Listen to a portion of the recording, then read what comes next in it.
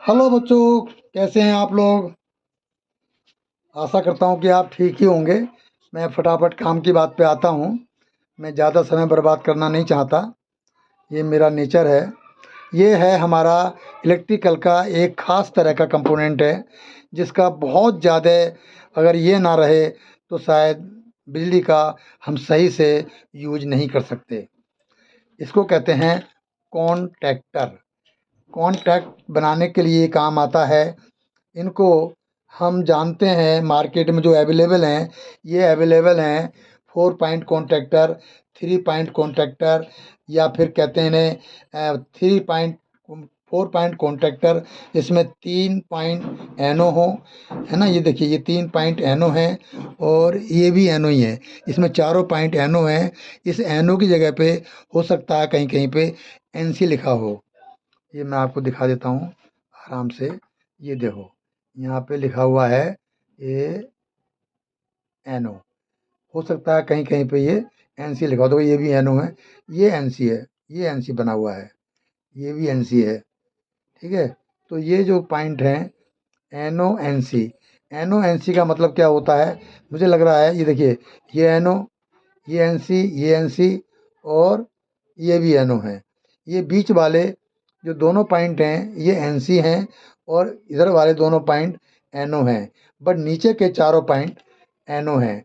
एनो का मतलब होता है नॉर्मली ओपन, और एनसी का मतलब होता है नॉर्मली कनेक्ट।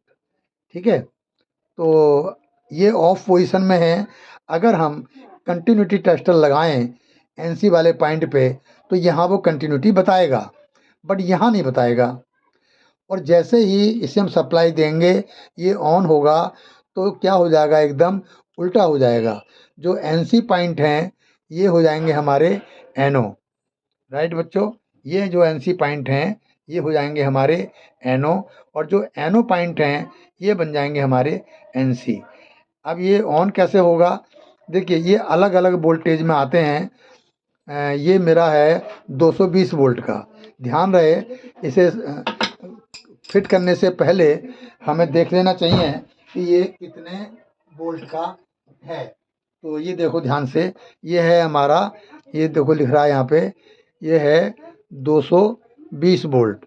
ये देखिए, ये लिखा हुआ है 220 वोल्ट, 50 हर्ट्ज।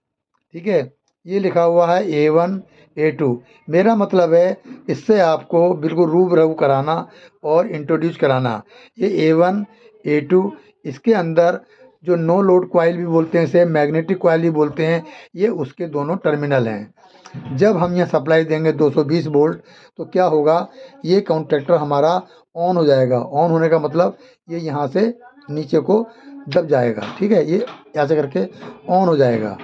ओके, ये 220 वोल्ट, ये N1 A1, और इधर A2। हमारा इधर भी है एक पॉइंट, देखिए A2 का, ये एक्स्ट्रा पॉइंट है। ये A2 और ये वाला A2 दोनों सेम ही है। ऐसा नहीं है कि ये अलग है। ये A2 और ये A2 दोनों एक ही चीज़ है। बस यह ऑप्शन दे रखा है कि हो सकता है जब हम इसे फिट करते हैं किसी भी उसमें कंट्रोल सर्किट में, तो कई बार यहाँ हमारा हाथ नहीं पहुँच पाता, तो चलो हम वायर उधर ना लगा के हम इधर लगा देते हैं, और इसका कोई ख़ास मकसद नहीं है। ठीक है। मैं एक चीज़ और दिखा दूँ आपके लिए, ये जो एनो एन सी हैं, हर कॉन्ट्रैक्टर में साथ नहीं आते। तो उस कंडीशन में क्या होता है, इन्हें हम अलग से लगाते हैं। ये हमारा अटैचमेंट है। देखो ध्यान से देखो बेटा, इसमें ये एक दिखाई दे रही होगी, मैं दिखाता हूँ पेंसिल से। ये देखो, ये चीज़, इसे अगर मैं ऊपर को दबाऊंगा और बाहर की तरफ अगर धकेलूँ, तो ये मेरा निकल जाएगा। ये देखो, ये हो गया। अब मैं ये निकल गया। ठीक है। ये हमारा दोनों चीज़ें अलग अलग हो गई। बेसिकली कॉन्ट्रैक्टर ये है, ये हमारी एक्सेसरीज है। अलग से हमें ज़रूरत पड़ती है तो हम इसे लगाते हैं, अदरवाइज हम इसे नहीं लगाते। देखिए 4 पॉइंट तो इसमें थे ही। ठीक है, ये 4 पॉइंट हैं, चारों एनो हैं।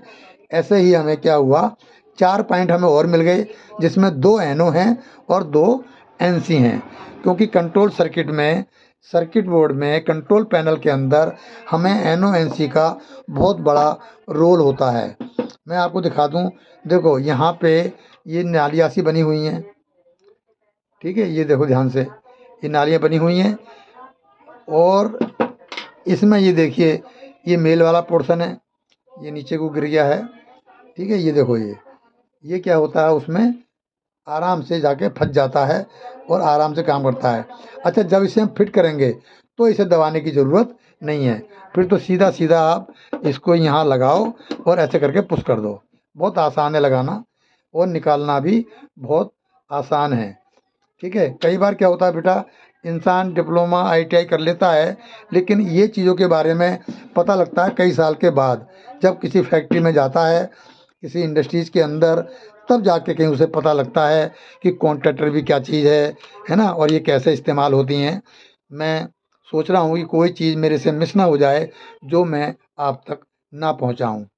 तो इसी तरीके से हमारा बहुत सारे टाइमर हैं, टाइमर होती हैं, रिले होते हैं, तो टाइमर बहुत तरह के होते हैं।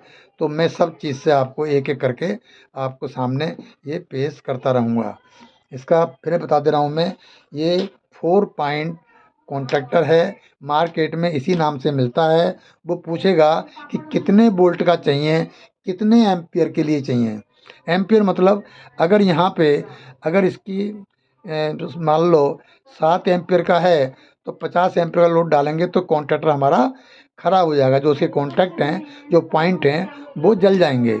और कितने बोल्ट का चाहिए मतलब, ये देखो वही जो मैं आपको दिखा रहा था कुछ देर पहले अभी, ये जो है ये हमारी कॉइल की रेटिंग है, ये देख रहे हो आप, ये कॉइल की रेटिंग है।